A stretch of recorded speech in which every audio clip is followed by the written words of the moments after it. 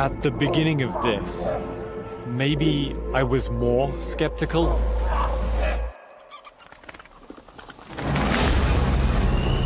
As the days have gone on, I'm not sure what I think anymore. I felt that maybe it wouldn't affect me if I personally didn't believe in it.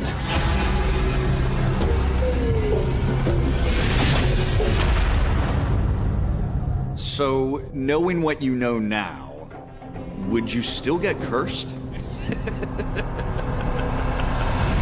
I'm seeking out a curse, a hex, to put on myself. A curse could end your life. You're literally begging the devil to knock on your door just to prove to you that God's real.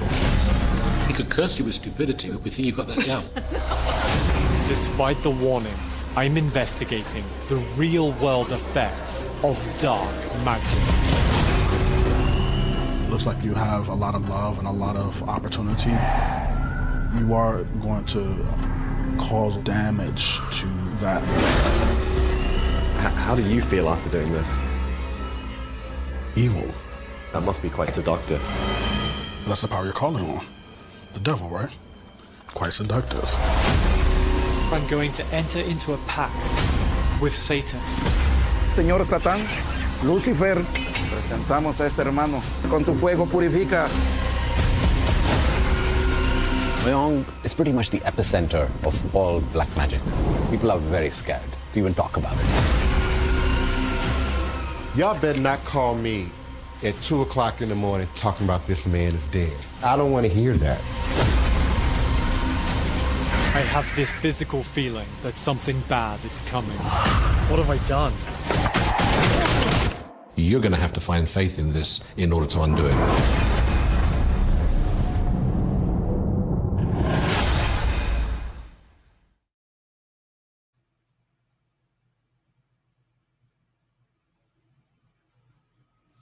Greetings and salutations, one and all. Honor and respect, honor and respect, honor and respect. It is another edition of Revolutionary Hoodoo, New Orleans Voodoo Secrets and Recipes, brought to you by NOIVD, New Orleans International Voodoo Day. We continue to invite you to come out and join us, be a part, participate in our 2026 third annual New Orleans International Voodoo Day, which promises an inspiring and immersive experience with a diverse lineup of engaging events. Highlights include an educational symposium featuring distinguished speakers from around the world, including a delegation of scholars and spiritual leaders from Benin and Haiti, as well as art exhibitions showcasing voodoo-inspired works by talented local and international artists. This event will feature a children's program and an Afro-ecology exhibit exploring the sacred nature of plants in voodoo, their roles in spiritual practices, and their connection to our ancestors. The weekend will culminate in a ceremonial procession to 9 significant sites throughout the city, locations where the enslaved were brought ashore, held, auctioned, and where they later found community and built culture. This journey will begin at the transatlantic slave route to New Orleans marker on the moonwalk at the river, just behind Jackson Square, and conclude with a traditional voodoo ceremony at Congo Square. Additionally, visitors can participate in interactive workshops, community discussions, and opportunities to connect with practitioners and cultural experts, as well as participate in this daily weeknight, 9 p.m. Central Standard Time podcast, for which we are grateful for your continued support, love, and participation.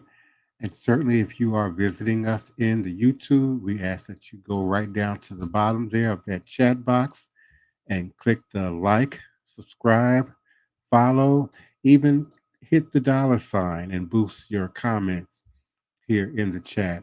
We're certainly grateful for your continued support and appreciation. In the last episode on Friday, we discuss the Akan footprint that was documented in the revolts and uprisings of the Americas. Certainly in the early part of the 1700s in New York City, down to the subsequent successful slave result in Haiti in a later portion of that century. We were introducing Bookman, who was the leader who initiated and organized the subsequent successful revolution, but more importantly, the voodoo ritual ceremonies that were said to create a invulnerability to the participants, to the insurrectionists in the uprising.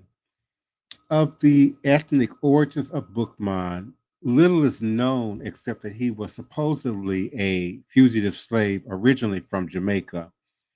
And although Voodoo is a religion associated with the Aja speaking Yoruba, the Fan, and Edo people of West Africa, based on all available evidence, Bookman was either a Mandi speaker or an Akan speaker. Walter Rodney wrote in 1969 that he conjectured that Bookman was possibly a Muslim Mande speaking Mendinka, an assumption he based solely on his name.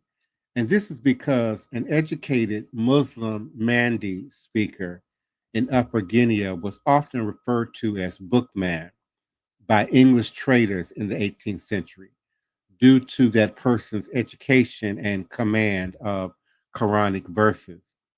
It is true that Bookman was originally from Jamaica, a region that imported an overwhelming majority of Akan speakers from the Gold Coast during the 18th century. Then he might have fit well into a region like Santo Domingo, the original name, which later became Haiti and Dominican Republic, which was dominated primarily by Aja speaking Yoruba cultural influences. The Aja speaking Yoruba originated in a region of West Africa in which both variants of the Kwa language group, including Akan and Aja, were spoken, and in which there was a great deal of cultural and commercial contact between the Akan and the Yoruba city-states. With this degree of cultural interplay and diffusion, it is conceivable that an Akan speaker would be well versed in the spiritual beliefs and practices of the Yoruba.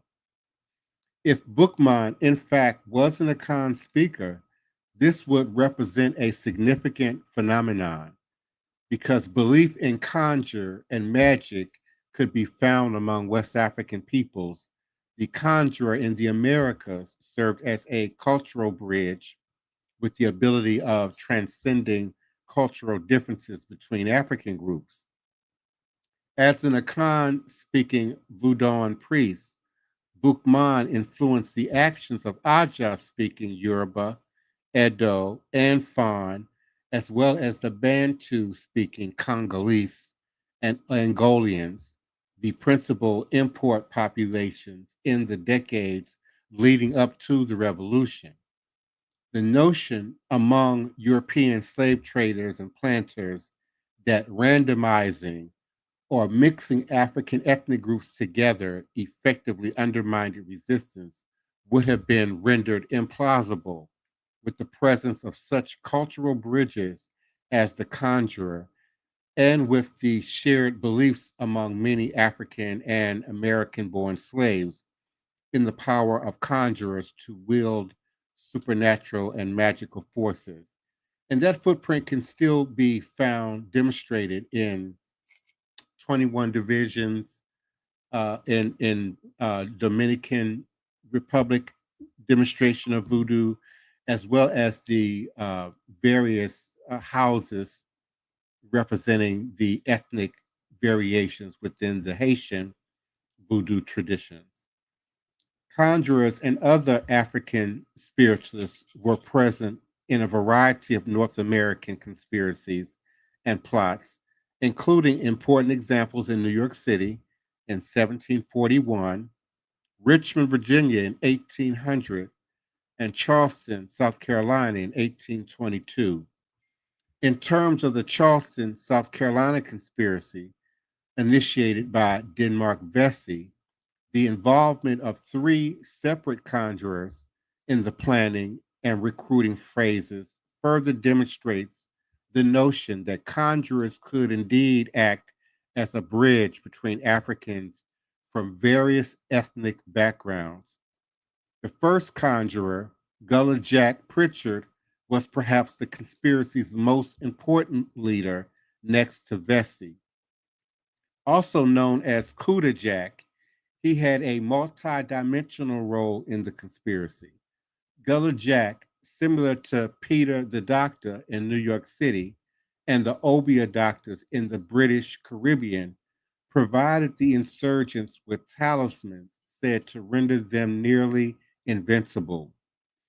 In preparation for the rebellion, the combatants had to fast on Pritchard corn and peanuts before receiving a charm from Gullah Jack that consisted of a color or a crab claw. On the morning of the planned uprising, the rebels were to place the crab claws in their mouths, and this, according to Gullah Jack, would make them invulnerable. Gullah Jack was one of the most important recruiters in the conspiracy, due primarily to his influence over fellow slaves. Feared by others because of his abilities, this little man who can't be killed, shot, or taken was well respected in Charleston and in the surrounding countryside. This fear was reinforced by Jack's threat to injure any informant who betrayed the conspiracy. In fact, even after Jack was captured by local authorities, one slave witness literally begged the court to send him out of state because he considered his life in great danger from having given testimony.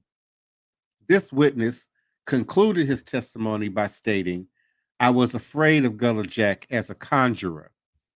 Both American and African born slaves believed in his powers, and thus Gullah Jack epitomizes the ability of the conjurer to bridge ethnic differences.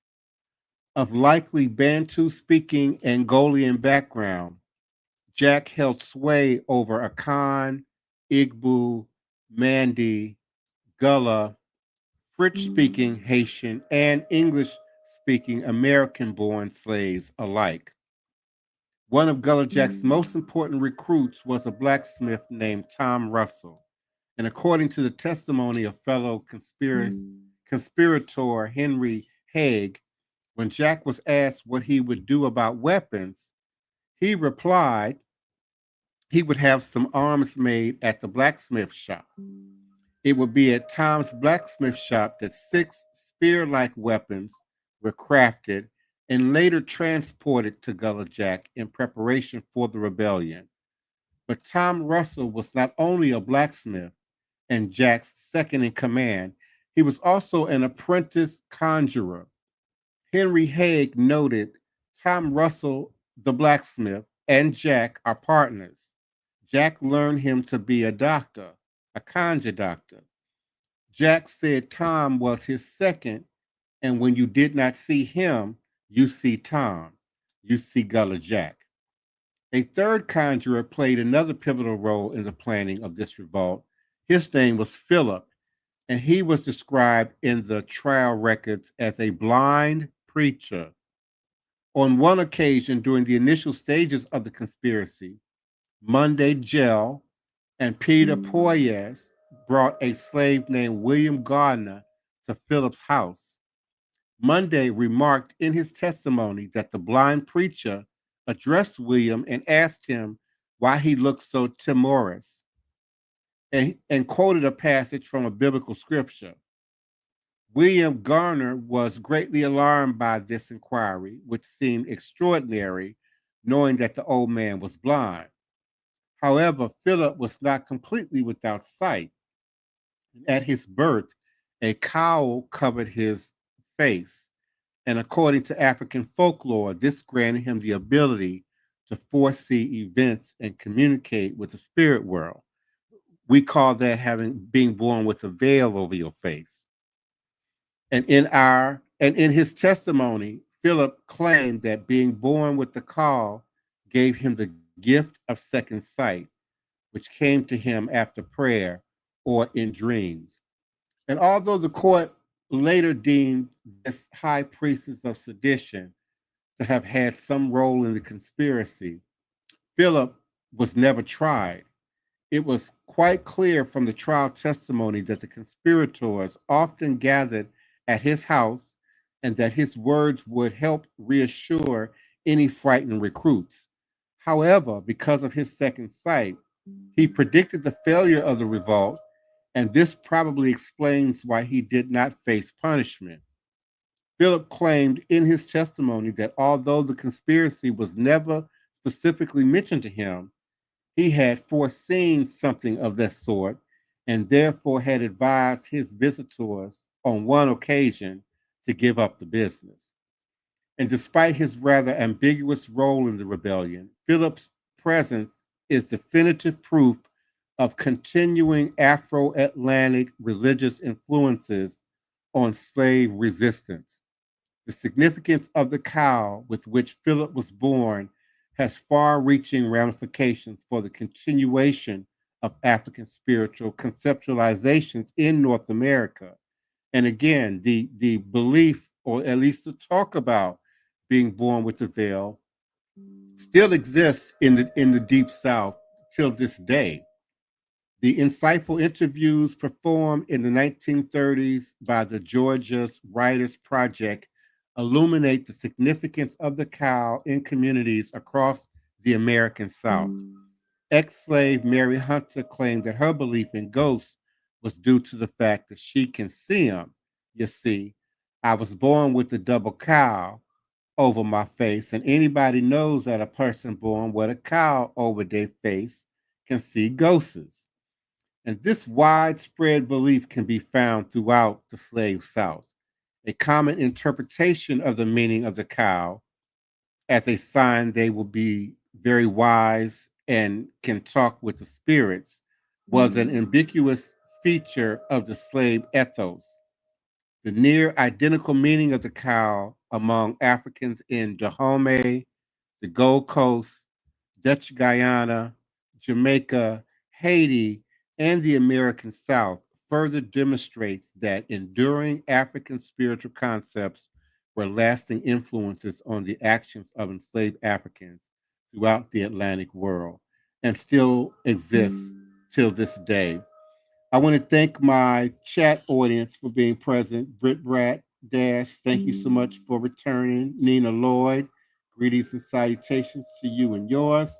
I certainly want to give acknowledgement to Ray Alexander. Thank you so much for being present with us. And to reintroduce my co-host, my first priest, my wild man, Joshua Nylan Tanner, our beloved Queen Mother, Sister Wife, Toni Val Martinez, and our beloved Elder Green Soap, Elder Reggie. Elder Reggie, when's the first time you can remember talk about being born with a veil? Yes.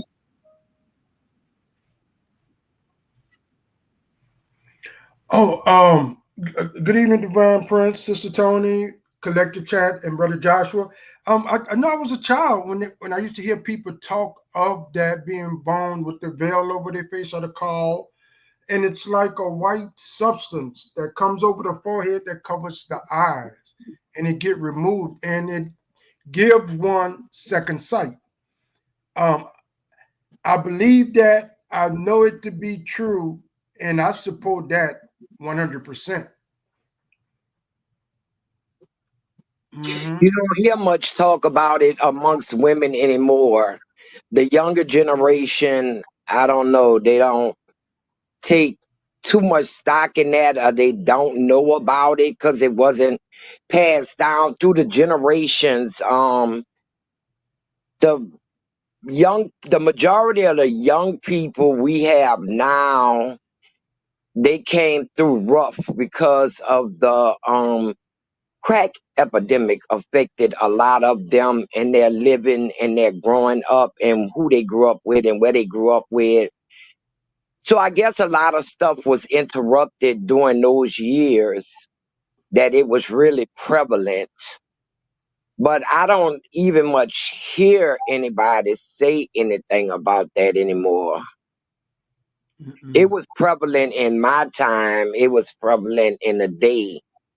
My mom even told me what it actually was and why that person was born like that. But you don't hear talk of that anymore. But that don't mean that people still not gonna have a second sight. They just not gonna know why that person is prone to. And then too, a lot of hospital births. They don't talk about it. You know, everything is so fast and so sterile, and you don't see what they doing down there like they did back in our grandparents' time when the baby, enters the world and the midwife told, oh, they got a veil over, Right. and they don't do that anymore, basically. And I think it's going to be something that's going to die out eventually in the next 20 years, unless we keep the knowledge going. That was it was very important back in those days and coming up as we would, because gifted people was identified. If you was identified by birth with that, people it automatically came with recognition and people respected that. So if we have a common, and some people feared it. Feared it, yes. Well, we losing a lot of our stuff, and I like that the Divine Prince is putting the old saying videos up and the old stuff that we used to do, like the pot liquor and the go for dust and all of that. I just wish it got to a wider audience, those type videos. Because pretty much everybody on here knows what it is. It's nice to be refreshed. But that needs to get out just in random. Yeah, you're right, Sister Toni. Brother Joshua here. Good evening, everybody, to Divine Prince, Elder Reggie, Tony Val. I'm just getting back in from Sundance, and about seeing and having gifts. That's something that, that will continue. I feel the gifts will continue. It's just the instruction and the direction and the application within the community that needs to be reinserted or reapplied and actually appreciated by the community as an asset to be able to protect, to be able to forest some guidance within that community. I feel like it's a tool that we have lost through, the indoctrination of whatever people or whatever the government wanted us to, society wanted us to move in the direction of. But as you can see, currently things are being adjusted, whether it be through earthquakes, tsunamis, or whatever it is that's happening on the earth. But we got to get back to that in order to survive those things and be able to protect ourselves. I feel. It was something else like that we don't talk about anymore, like that we identify certain things on people that was given as a warning. I remember back in the day, I don't know how many of y'all familiar with this, but around your earlobe, if you had a tiny pinhole right there that you were born with naturally, they said that was a warning that you were susceptible to drown. So you had to stay away from or learn how to swim. And I saw this lady, I used to have an incense shop, and she used to come over there all the time, and she brought her little boy. He was about 18 months or whatever, and I saw the pinhole, and automatically I just went telling her, I was like, oh, girl, he got a pinhole by his ear. You know what that means, that he's susceptible to drowning. And she was like, oh, child, I don't believe about none of that. So I didn't see her for a while. I mean, for some months. And then when she came back to the store, she seemed kind of nervous and stuff. And she was like, I got to tell you something, Sister Toni. I got to tell you something. You know, when you told me about my son being susceptible for drowning, I said, yeah, you told me you didn't believe about that. And you said it was because of the pinhole. And I said, yeah, that's a warning sign for them. So she said her son was by the grandmother's house, and the grandmother had a bucket of water, and the boy fell in a 5-gallon bucket of water. But they grabbed him before he could drown, but he still was, you know, struggling and stuff. So she said she was putting him in swim class.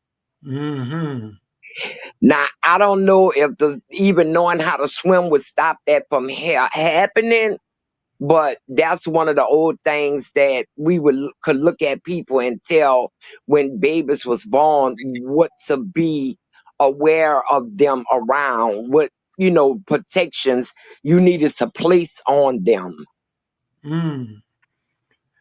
Well, that's interesting. I that one I just wasn't familiar with, but it's very interesting because what coming to my mind right now is like what they call the AYIBOBO, if I'm pronouncing it right.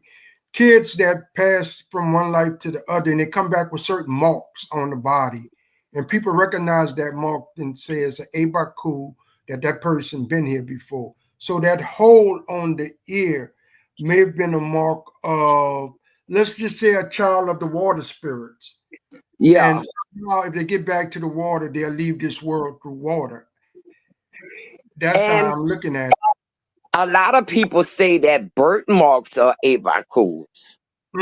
You have to look at your birthmark. Now, this was something out of the blue. Out of the blue with my grandchildren that shocked me and their mother. My granddaughter has a round hole birthmark almost in the middle of her chest, and it's got a red coloration to it. And one day her brother, my grandson Cash, said, yeah, that's where she got shot and died at before. Wow. See? Out of the blue. Not talking about this, not being around, talking about birthmarks or nothing. And his mama, Aisha mouth flew wide open, like, where you get that from? Yeah. And it kind of scared her, like, what the hell? But his mother is my child that is most sensitive, that has the visions and stuff. So maybe she passed them on to him. Now, my dad was shot by the police, I believe 5 times in his younger years. Yeah, and I was born with a bullet scar in my chest. You was what? My dad was shot in his younger years by the police, I believe at least 5 times, and they thought he was dead. But I was born with the bullet wound in my chest. Yeah, oh wow. But I've never been shot. That was your birthmark, like that was your birthmark. And that's what my grandson said was what that mark was in her chest, in the middle of her chest. And he just said it just as casually and nonchalant. Yes, so, yeah. I mean, some children are coming into it naturally, but I think we're going to miss a lot of our children, a lot of our gifted children. Well, Sister Toni, I believe they're coming in and they tagged them as indigo kids, even though they're not using the different markers like we use, say the hole in the ear, the call over the eyes, or the double tongue, speaking in tongue. but I think the Indigo kids are at a high level of spirituality. I don't know if that's what we are morphing into, but I know the Indigo kids are here amongst us. The Yes, Indigo I've heard of Kids, that too. Amethyst Children, and I believe that there are actually more of them now. But as someone stated earlier, you know, the instruction, the mentorship is where the gap is. And it's not that the mentorship is completely gone or completely absent, but there are just so many mental, emotional, and sometimes even financial obstacles in between these children and accessing the mentors. And then too, you know what I had been thinking on at one time and doing research, a lot of the children that they label autistic, those children who have a memory, who can look at something one time and draw it exactly, who can look and do math in their head, but they're supposed to be autistic. I think that's some of our kids. Yeah, they call them savants. The savants is amazing. It's amazing. They do one thing so well. The other areas they lack in, but the one thing they do well is just off the charts. How good they are. They call them savants. Yes, and maybe that's that one thing they were supposed to do off the chart. Yes. Come in here. You know, I look at a lot of children that's supposed to be autistic and they say they locked in their mind and all of this stuff. And I be like, how you know? Yeah. You don't even know where their mind at right now. Their mind could be where they came from, you know? Right, right. But we losing a lot, like it's said, the grooming of these children is not going to be there like our ancestors groomed us and groomed the children. But trust me, those people that giving these names, the indigo children and the amethyst children and all of this, they know what it is, and they are going to groom them to their benefit. Yeah. They're going to groom them to their benefit. Yes. Because the truth be told, we are evolving as a species, as a people. As time and every day swing by, we steady evolving. And so the indigo kids, I believe, are going to, a time going to come where it's going to be their time, and the gifts that they have and they are prepared to bring forward is going to be of high use. It's just that right now they're coming a little bit ahead of their time. Yeah, if they don't get stifled and put in an institution somewhere because they have those powers.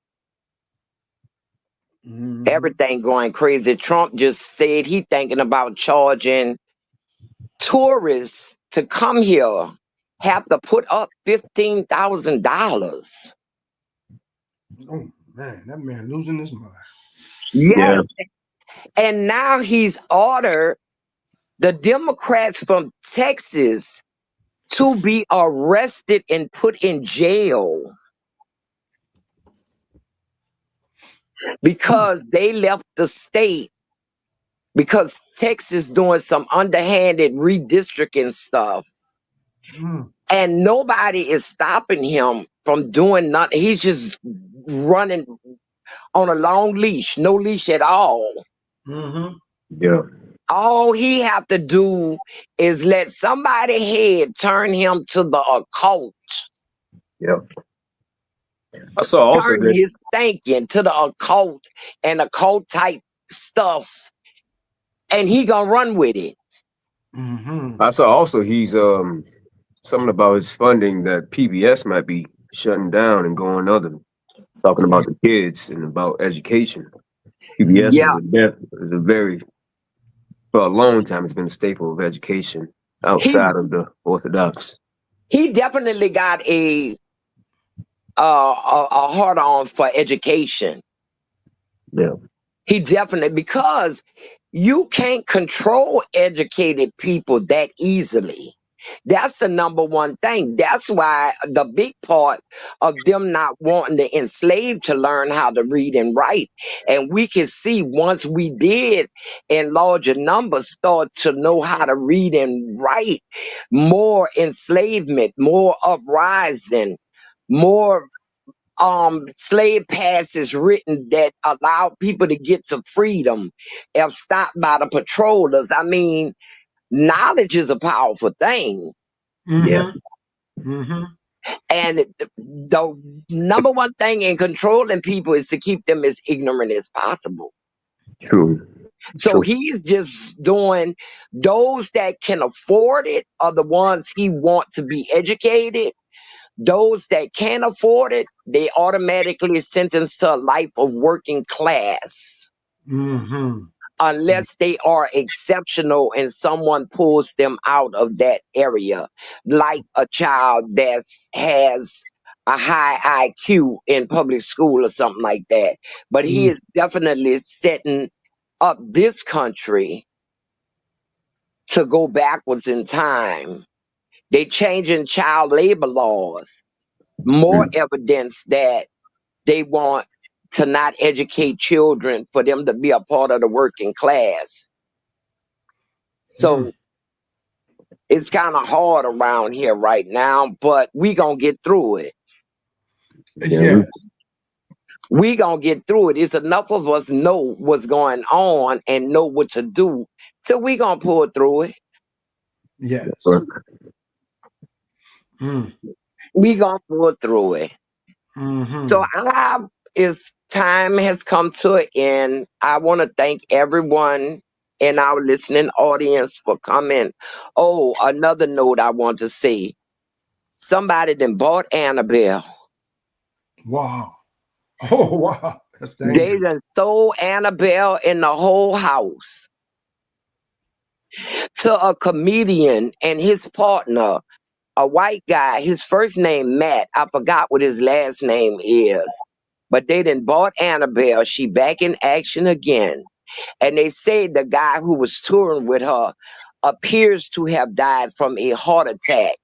Keyword being appears. So,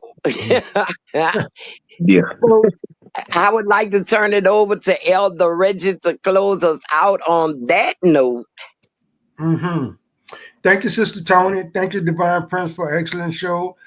Brother Joshua, it's good to see you back, brother. We know you was out, but it's good that you're back. There's two quick dates I like to throw out, and they're both in August for the collective audience who we love so much in the chat room. First is August 15, 10 a.m. We're doing the marker reveal at Esplanade Avenue in Dauphine for those who are local. That's April the 15th, which is a Friday, at 10 a.m. that morning. The second announcement is August 23rd.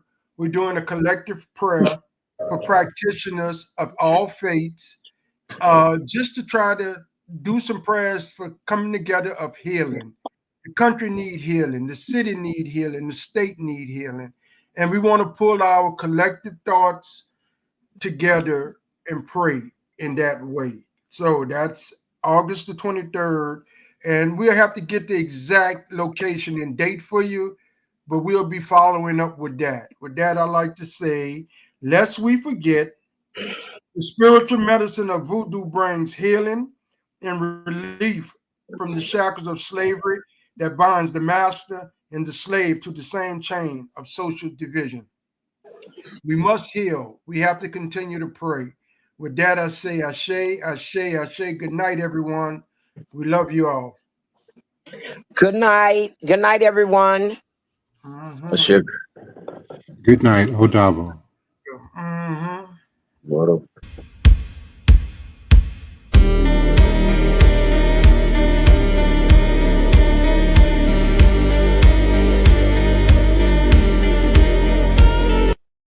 I think the first curse that I had put on me in New Orleans by a hoodoo practitioner, San Elias, after that working, the energy in the room was really palpable. It's really hard to get on camera.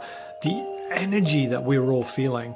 And right after that, I was feeling, what on earth have I done? And I know my crew were definitely worried that something had just changed. We'd passed over a point of no return, because right after that, St. Elias offered the crew, would you like some cleansing lotion? And one of my camera ops, Sam, could not grab this bottle fast enough. And I just saw him pouring it all over himself and just rubbing it over everything. And he was just definitely did not want that negative energy on him. And I don't blame him. I felt that maybe it wouldn't affect me if I personally didn't believe in it.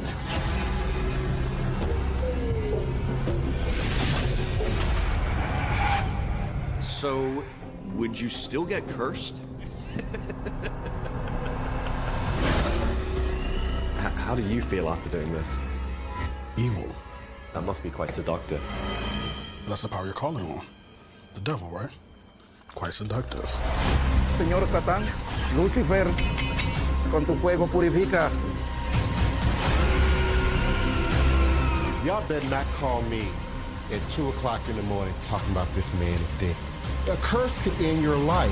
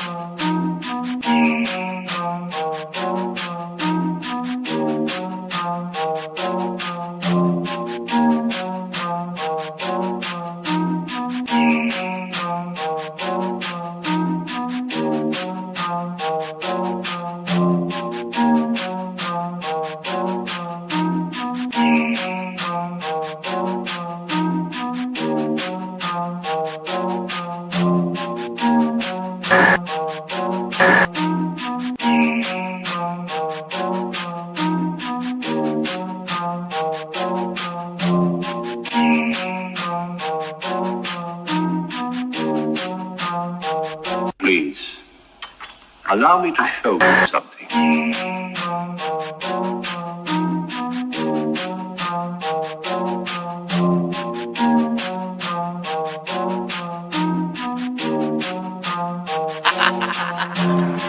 They say I'm crazy and that might be true. I got this right in my DNA, yet I'm coming for you. It's time we turn the tables, flip these motherfuckers on you. I wanna see you hanging from trees. It's time you pay for your dirt and your showtime. You created the monster, you created the beast.